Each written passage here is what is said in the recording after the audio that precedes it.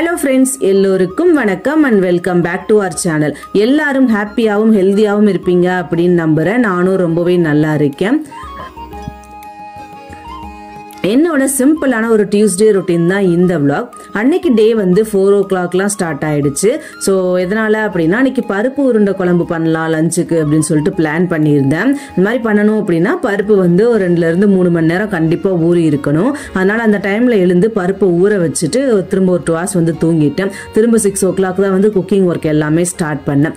எப்படியாச்சும் வெயிலுக்குள்ள எல்லாத்தையுமே சமைச்சு முடிச்சிடணும் அப்படின்னு சொல்லிட்டு இவ்வளோ நாள் ட்ரை பண்ணிட்டே இருந்தேன். அன்னைக்கு ஒரு வழியா வந்து 6 o'clock வந்து எழுந்து எல்லா வேலையும் பார்க்கறதுக்கு ஸ்டார்ட் பண்ணிட்டேன். மார்னிங் பிரேக்ஃபாஸ்ட்டுக்கு என்ன பண்ணலாம்னு யோசிக்கும் போது சட்னி பண்ணிட்டு சுரக்காய் கொஞ்சம் மிச்சம் வச்சிருந்தேன். அப்படியே விட்டுட்டோம் அப்படின்னா வேஸ்டா போயிடும். சரி, அதை வச்சு இட்லிக்கு ஏதாச்சும் பண்ணிடலாம் அப்படின்னு சொல்லிட்டு சுரக்காய் சாம்பார் தான் வந்து இட்லிக்கு ரெடி பண்ணியிருந்தேன். சாம்பார் வச்சு முடிச்சதுக்கு அப்புறமா குழம்பு பண்றதுக்கு ஸ்டார்ட் பண்ணிட்டேன். தண்ணி வந்து நல்லா ஃபுல்லா ஊற்றி தான் ஊற வச்சிருந்தேன். பட் நல்லா ஊறி வந்துருச்சு. இப்போ நல்லா வாஷ் பண்ணிட்டு நம்ம ஜாருக்கு மாத்திக்க போறோம். என்கிட்ட வந்து இருக்கிறது சின்ன ஜாரு தான். ஸோ அதனால வந்து கொஞ்சம் கொஞ்சமாக தான் என்னால் கிரைண்ட் பண்ண முடியும். நான் கொஞ்சம் கொஞ்சமாக போட்டு பண்ணிக்கிறேன். உங்ககிட்ட பெருசு இருந்துச்சு அப்படின்னா ஒட்டுக்காவே போட்டு பண்ணிக்கோங்க. இதில் ஒரு 1/4 டீஸ்பூன் அளவுக்கு சோம்பு சேர்த்துட்டு நல்லா வந்து அரைச்சி எடுத்துட்டு வந்துடலாம். ரொம்ப வந்து மையா அரைச்சிடக்கூடாது. இந்த மாதிரி கொரன்னு இருக்கணும். அதே ஒரு சொட்டு தண்ணி கூட சேர்க்காம நீங்க அரைச்சி எடுத்துட்டு வரணும். இப்ப நம்ம அரைச்சதை இன்னொரு பவுல்ல வந்து மாத்தி வச்சுக்கலாம். நீங்க கையில பிடிச்சிங்க அப்படின்னா பால் மாதிரி நல்லா வரணும். அப்படி இருந்துச்சு அப்படின்னாலே நல்ல பதத்துல இருக்கு அப்படின்னு அர்த்தம். இப்போ மிச்சம் இருக்கிற எல்லா மாவையுமே நான் அரைச்சி எடுத்துட்டு வந்துடுறேன். இப்போ நான் எல்லாத்தையுமே அரைச்சி எடுத்துட்டு வந்துட்டேன். அதில் 2 வெங்காயம், பெரிய வெங்காயம் வந்து கட் பண்ணி சேர்த்துருக்கேன். ஒரு சின்ன பச்சை மிளகா, ஒரு 1/4 டீஸ்பூன் வந்து சீரகம், 1/2 டீஸ்பூன் உப்பு, கொஞ்சம் வந்து கருவேப்பிலை சேர்த்துட்டு நல்லா மிக்ஸ் பண்ணி விடுங்க. ஸோ உப்பு வந்து ஃபர்ஸ்ட் அரைக்கும் போது நான் போடல. அப்படி போட்டாலும் ஓகே தான். ஆனால் வந்து இந்த மாதிரி மிக்ஸ் பண்ணி போட்டோம் அப்படின்னா கொஞ்சம் செக் பண்ணி போடலாம் அப்படின்றதுனால லாஸ்ட் மினிட்ல தான் நான் சேர்த்தேன். இந்த மாதிரி பால் பிடிச்சிட்டு இட்லி தட்டில் வச்சு நான் வேக வைக்க போகிறேன். அப்படியே வந்து குழம்புலையுமே வந்து சேர்த்துக்கலாம். ஆனால் சம்டைம்ஸ் என்ன ஆகும் அப்படின்னா அந்த பால்ஸ் வந்து உடையறதுக்கு ஸ்டார்ட் ஆகிடும். அது மாதிரி இந்த மாதிரி ஸ்டீம் பண்ணிட்டு குழம்புல போட்டிங்க அப்படின்னா அந்த பால் வந்து உடையறதுக்கு வாய்ப்பு இல்லை. ஸோ ஒரு 10 நிமிஷம் பண்ணால் போதும், சீக்கிரமாகவே வெந்து வந்துடும். இப்போ ஒரு அகலமான பாத்திரம் வந்து எடுத்துக்கோங்க இந்த மாதிரி உருண்டை குழம்பு பண்ணும்போது. ஏன்னா அப்பதான் ஒன்னோட ஒன்று இடிச்சுக்காம இருக்கும். அதுல ஒரு 4 டேபிள் ஸ்பூன் அளவுக்கு கடலெண்ணெய் சேர்த்திருக்கேன். 1 டீஸ்பூன் அளவுக்கு கடுகு உளுத்தம் பருப்பு, பொரிஞ்சதும் கறிவேப்பிலை, 2 வத்தல், 1/4 டீஸ்பூன் சீரகம், ஒரு 10 பல் பூண்டு பொடிசா கட் பண்ணிட்டு சேர்த்திருக்கேன். இதை நல்லா ஃப்ரை பண்ணதுக்கு அப்புறமா சின்ன வெங்காயம் வந்து சேர்த்துக்க போறேன். சின்ன வெங்காயம் தட்டிட்டு ஒரு 10 சின்ன வெங்காயம் வந்து சேர்த்திருக்கேன். ஏன்னா நம்ம இதில் பெரிய வெங்காயமும் ஆட் பண்ணிக்க போகிறோம். அதனால 10 சின்ன வெங்காயமே வந்து போதுமானது. ஸோ இது கொஞ்சம் வதங்கினதும் 2 பெரிய பல்லாரி வந்து கட் பண்ணி வச்சுருக்கேன். இந்த மாதிரி ஃபைன் ஷாப் பண்ணிவிட்டு அப்படியே வந்து யூஸ் பண்ணிக்கோங்க. இப்போ இது எல்லாத்தையும் நல்லா வந்து வதக்கிக்கோங்க. அந்த வெங்காயத்தோட கலர் கொஞ்சம் சேஞ்ச் ஆனதும் 1 ஸ்பூன் அளவுக்கு இஞ்சி பூண்டு பேஸ்ட் சேர்த்துட்டு அந்த பச்சை வாசனை எல்லாம் போற மாதிரி நல்லா வந்து மிக்ஸ் பண்ணி விட்டுக்கணும். ஸோ இந்த வெங்காயம், இஞ்சி பூண்டு பேஸ்ட் எல்லாமே பச்சை வாசனை எல்லாம் போனதுக்கு அப்புறமா நல்லா 2 தக்காளி, பழுத்த தக்காளி வந்து இது மாதிரி ஃபைன் ஷாப் பண்ணி வச்சிருக்கேன். அதையுமே சேர்த்துக்கோங்க. சேர்த்துட்டு நல்லா வந்து மிக்ஸ் பண்ணுங்க. இதை வந்து நல்லா கிரேவி டெக்ஸ்சர் வர்ற மாதிரி மிக்ஸ் பண்ணணும். 1 டீஸ்பூன் அளவுக்கு மஞ்சள் தூள், கொஞ்சம் கல்லுப்பு சேர்த்துட்டு நல்லா தக்காளி எல்லாம் மசிஞ்சு வர்ற மாதிரி வதக்கி எடுத்துக்கோங்க. அப்பதான் வந்து உங்களுக்கு அந்த கிரேவி டெக்ஸ்சர் வந்து கிடைக்கும். இப்போ ஓரளவுக்கு தக்காளி நல்லா மசிஞ்சு வந்துருச்சு. இப்போ நான் வீட்டிலேயே அரைச்ச குழம்பு மிளகாய் தூள் ஒரு 3 ஸ்பூன் வந்து சேர்த்துக்கிறேன். உங்ககிட்ட அது இல்லை அப்படின்னா சில்லி பவுடர் ஒரு 1.5 ஸ்பூனும், கொத்தமல்லி பவுடர் வந்து ஒரு 2 ஸ்பூனும் வந்து சேர்த்துக்கோங்க. கரெக்டாக இருக்கும். ஸோ உங்களுக்கு இந்த குழம்பு மிளகாய் தூள் ரெசிபி வேணும் அப்படின்னாலுமே கூட நான் ஆல்ரெடி நம்ம சேனலில் வந்து ஷேர் பண்ணியிருக்கேன். உங்களுக்கு தேவைப்படும் போது செக் பண்ணி பாருங்க. இப்போ நல்லா மிக்ஸ் பண்ணிட்டு தேவையான அளவுக்கு தண்ணி சேர்த்துட்டு நல்லா கொதிக்கட்டும். தண்ணி வந்து ரொம்பவும் வந்து சேர்த்துடக்கூடாது. ஒரு அளவுக்கு பார்த்து தான் வந்து சேர்க்கணும். அதுக்கப்புறம் புளிக்கரைசல் வேற நம்ம ஊற்றணும். ஒரு லெமன் சைஸ் அளவுக்கு புளியை நல்லா கரைச்சிட்டு தண்ணியை மட்டும் நான் எடுத்து சேர்த்திருக்கேன். இப்போ அது நல்லா கொதி வரட்டும். புளி தண்ணி ஊற்றி ஒரு கொதி வந்ததுக்கு அப்புறமா ஒரு 4 டேபிள் ஸ்பூன் வந்து நல்லெண்ணெய் சேர்த்திருக்கேன். நல்லெண்ணெய் அதிகமாக சேர்த்தாலும் நல்லா தான் இருக்கும். ஸோ இந்த மாதிரி புளிக்குழம்பு வைக்கும்போது நல்லெண்ணெய் வந்து மிக்ஸ் பண்ணாமல் சேர்த்துக்கோங்க. ரொம்பவே நல்லா இருக்கும். இப்போ இது நல்லா கொதிக்கட்டும். நல்லா கொதிச்சு வந்ததுக்கு அப்புறமா ஒரு பெரிய பத்த தேங்காய் எடுத்து கொஞ்சம் ஒரே 1 ஸ்பூன் கசகசா சேர்த்துட்டு நல்லா ஃபைன் பேஸ்டா அரைச்சி அதில் வந்து ஊற்றிக்கிறேன். இப்போ தேங்காய் ஊற்றினதுக்கு அப்புறம் அதோட பச்சை வாசனை எல்லாம் போகிற மாதிரி நல்லா வந்து கொதிச்சு வரட்டும். அதுக்கப்புறமா நம்ம எடுத்து வச்சிருக்கிற உருண்டையை வந்து இதில் ஒன்று ஒன்றா ஆட் பண்ணிக்க போகிறோம்.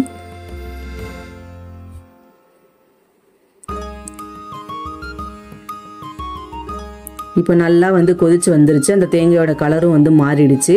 இப்போ நம்ம வேக வச்சிருந்தோம் இல்லையா அந்த உருண்டை எல்லாத்தையுமே ஒன்று ஒன்றா பொறுமையாக சேர்த்துக்கோங்க. இந்த மாதிரி அகலமான பாத்திரம் எடுத்தீங்க அப்படின்னா நம்ம நல்லா ஃப்ரீயாக வந்து சேர்த்துக்கலாம். இல்லைனா ஒன்னோட ஒன்று இடிச்சிட்டு நம்மளால மிக்ஸ் பண்ணுறதுக்கே ரொம்ப கஷ்டமாயிடும். ஸோ அதனால எப்போவுமே இந்த மாதிரி குழம்பு பண்ணும்போது அகலமான பாத்திரமா எடுத்துட்டு பண்ணுங்க. போட்ட உடனே மிக்ஸ் பண்ண வேண்டாம், கொஞ்சம் நேரம் கழிச்சு அதுக்கப்புறமா வந்து மிக்ஸ் பண்ணுறதுக்கு ஸ்டார்ட் பண்ணுங்க. ஸோ இது உடையறதுக்கு வாய்ப்பு இல்லை, ஏன்னா நம்ம ஆல்ரெடி வேக வச்சுட்டோம். நீங்கள் மேபி ஃபோர்ஸாக மிக்ஸ் பண்ணீங்க அப்படின்னா கண்டிப்பாக பால் வந்து உடையறதுக்கு சான்ஸ் இருக்கு.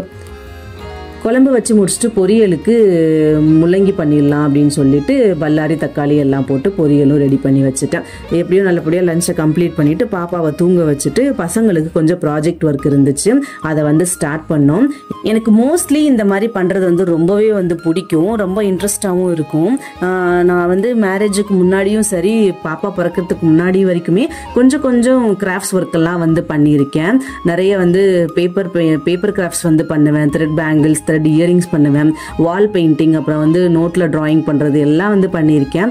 ஸோ வீட்டில் வந்து அங்கங்கே ஒரு சின்ன சின்ன பெயிண்டிங் வந்து நான் பண்ணி வச்சுருப்பேன். ஸோ அது ரொம்பவே இன்ட்ரெஸ்டடாக வந்து பண்ணுவேன். ஆனால் இப்போ வந்து என்னால் கண்டினியூ பண்ண முடியல. ஸோ அப்போல்லாம் வந்து எக்ஸ்ப்ளோஷன் பாக்ஸ் இந்த மாதிரி கிஃப்ட் பாக்ஸ்லாம் வந்து நானே ரெடி பண்ணி ஒரு 3 இது சேல் பண்ணியிருக்கேன். அதுக்கப்புறமா அதை என்னால் அப்படியே வந்து கண்டினியூ பண்ண முடியல, அப்படியே வந்து விட்டுட்டேன். ஸோ எனக்கு இன்னும் அது ஞாபகம் இருக்குது, எதையும் நான் மறக்கலை. ஆனால் இப்போ வந்து பெருசாக டைம் வந்து கிடைக்கல அப்படின்றதுனால என்னால் எதுவுமே வந்து கண்டினியூ பண்ண முடியல. இந்த மாதிரி பசங்க வந்து ஊருக்கு வரும்போது ஏதாச்சும் ப்ராஜெக்ட் ஒர்க் கொண்டு வருவாங்க. அவங்க ஃபர்ஸ்ட் ஊருக்கு வந்ததுமே ஹோம்ஒர்க் நோட் செக் பண்ணும்போது ஏதாவது ஆக்டிவிட்டி இருக்கா அப்படின்னு சொல்லிட்டு தான் வந்து பார்ப்பேன். இந்த மாதிரி கிராஃப்ட் ஒர்க் ஏதாச்சும் இருக்கா அப்படின்னு சொல்லிட்டு செக் பண்ணுவேன். கண்டிப்பாக வந்து ஒவ்வொரு வருஷம் ஏதாச்சும் ஒன்று கொடுப்பாங்க. இந்த வருஷம் அதே மாதிரி தான் வந்து கொடுத்துருந்தாங்க. அந்த மாதிரி பண்ணும்போது எனக்கு ரொம்பவே வந்து மனசு திருப்தியாக இருக்கும். இந்த டைம் என்ன கொடுத்துருந்தாங்க அப்படின்னா ஃபார்மிங் டூல்ஸ் வந்து பண்ண சொல்லி கொடுத்துருந்தாங்க. 2 கலர் யூஸ் பண்ணி எல்லோ அண்ட் பிளாக் மட்டும் யூஸ் பண்ணியிருந்தோம். அதை யூஸ் பண்ணி வந்து நான் பண்ணி கொடுத்துருந்தேன். அண்ட் ஃபைனல் அவுட்புட் நான் வந்து காமிக்கிறேன். ஸோ இதுதான் வந்து ஃபைனல் அவுட்புட். எனக்கு ரொம்பவே ஹாப்பியாக இருந்துச்சு. ரொம்ப நாள் கழித்து வந்து பண்ணுறதுனால ரொம்பவே வந்து ஹாப்பியாக இருந்தது. இது அப்படியே கண்டினியூ பண்ணும் அப்படின்னு நினச்சாலும் நான் வந்து ட்ரை பண்ணிட்டு தான் இருக்கேன். முடிஞ்சிச்சு அப்படின்னா சின்ன சின்ன கிராஃப்ட்ஸ் ஒர்க் பண்ணி நான் கண்டிப்பாக வீடியோ வந்து அப்லோட் பண்ணுறேன்.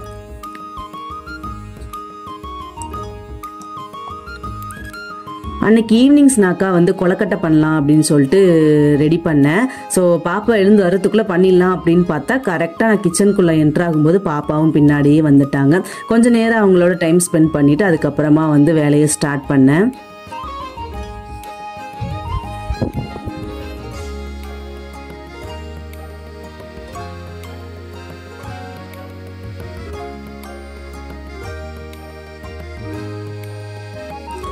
சின்ன பையனுக்கு வந்து பால் கொலக்கட்டை அப்படி இல்லைன்னா பூரண கொலக்கட்டை அப்படின்னா ரொம்ப பிடிக்கும். ஆனால் அன்னைக்கு ரொம்பவே வந்து லேட் ஆகிடுச்சு.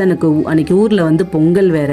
ஸோ எனக்கு பூ கட்டுற வேலை வேற இருந்துச்சு. டைம் இல்லை அப்படின்னு சொல்லிட்டு வெள்ளத்தை அப்படியே காய்ச்சி மாவில் ஊற்றி அப்படியே பிசைஞ்சு வந்து கொலக்கட்டை வந்து ரெடி பண்ணியிருந்தேன்.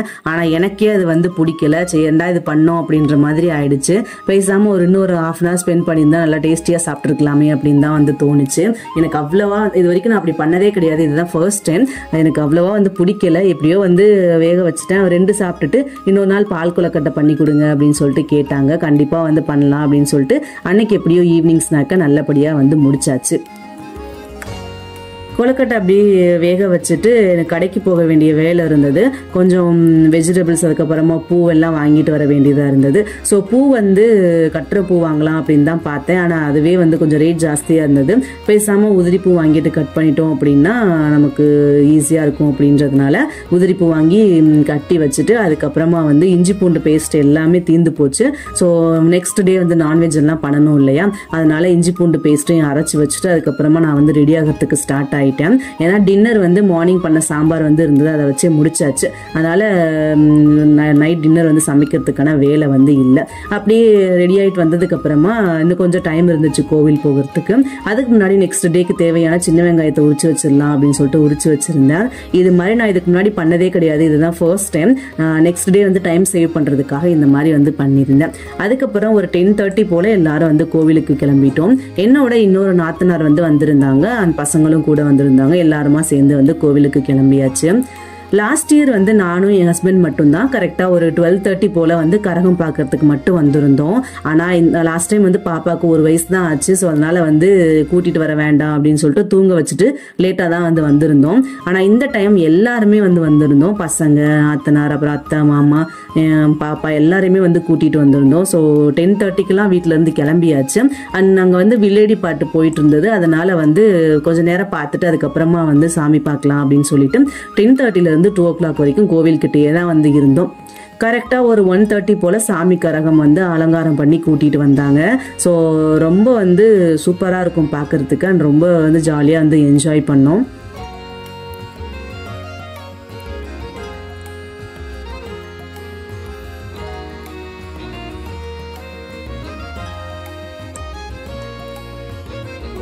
அவ்வளோ நேரம் முழிச்சிட்டு இருந்ததுனாலே என்னன்னு தெரியல, எனக்கு சீக்கிரமாவே பசிக்கிறதுக்கு ஸ்டார்ட் ஆயிடுச்சு. ஏதாச்சும் சாப்பிடலான்னு பார்த்தா அங்கே மசாலா பூரி, ஸ்ப்ரிங் பொட்டேட்டோ தவிர வேற ஒன்றுமே இல்லை. சரி வேற வழி இல்லை அப்படின்னு சொல்லிட்டு மசாலா பூரி வாங்கி சாப்பிட்டுட்டு வீட்டுக்கு வந்தாச்சு. இது நெக்ஸ்ட் டே ஈவினிங் வந்து சாமி கரகம் திரும்ப வந்து கொண்டு போவாங்க. அதுக்கு முன்னாடி ஒரு 3 வருஷமா வந்து பறவை காவடி எடுத்துட்டு இருக்காங்க. எனக்கு மேரேஜ் ஆகி 3 years ஆச்சு. ஆனா நான் லாஸ்ட் இயர் வந்து பார்த்தேன். இவ்வளோ சீக்கிரம் வந்து பார்க்கல. அண்ட் இது வந்து 3வது வருஷம். அதுக்கு முன்னாடியும் ஒரு தடவை வந்து எடுத்திருக்காங்க. அதை நான் சுத்தமா பார்க்கவே கிடையாது. இந்த டைம் தான் வந்து நான் ஸ்டார்ட் பண்றதுக்கு முன்னாடியே வந்துட்டேன். ஸோ இந்த டைம் எல்லாமே வந்து முன்னாடியே பார்த்துடணும் அப்படின்னு சொல்லிட்டு சீக்கிரமாவே வந்து வந்தாச்சு. ஒரு 6 o'clock போல பறவை காவடி வந்து ரெடி ஆயிடுச்சு. அப்படியே வந்து 6:30 கோவில்ல இருந்து காவடி வந்து கிளம்பிருச்சு.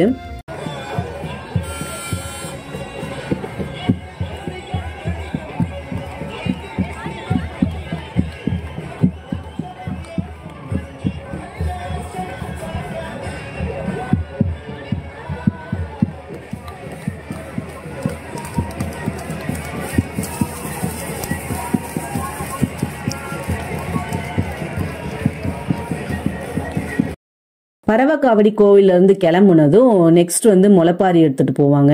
இது மாதிரி ஒவ்வொன்றா வந்து ஆர்டரா வந்து வந்துட்டே இருக்கும். அதுக்கப்புறமா சாமி கரகம் வந்து திரும்ப வந்து எடுத்துட்டு போவாங்க.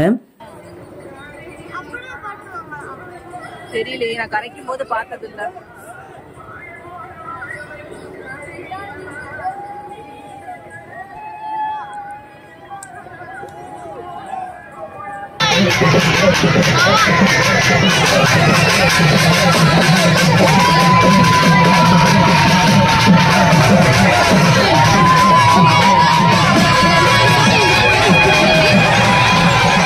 அப்படி இப்படின்னு எல்லாம் முடிச்சுட்டு வர்றதுக்கே நைட் வந்து 8 o'clock ஆயிடுச்சு. அம்மா அப்பா வேற ஊர்ல இருந்து பொங்கலுக்கு வந்திருந்தாங்க. ஸோ அதனால அவங்களுக்கு நைட் லேட் ஆயிடுச்சு அப்படின்னு சொல்லிட்டு முடிச்ச உடனே வந்து வீட்டுக்கு போயிட்டு தோசையெல்லாம் ஊற்றி கொடுத்து அவங்களையுமே வந்து ஊருக்கு அமிச்சாச்சு. அவ்வளோதாங்க, நம்ம இந்த வீடியோவோட எண்டுக்கு வந்துட்டோம். இந்த விலாக் உங்களுக்கு பிடிச்சிருக்கும் அப்படின்னு நினைக்கிறேன். பிடிச்சிருந்தா மறக்காம சப்ஸ்கிரைப் பண்ணுங்க, ஷேர் பண்ணுங்க, லைக் பண்ணுங்க. இன்னொரு சூப்பர் விலாக்ல உங்களை நான் மீட் பண்றேன். ஸோ தேங்க்ஸ் ஃபார் வாட்சிங். Tata, bye bye.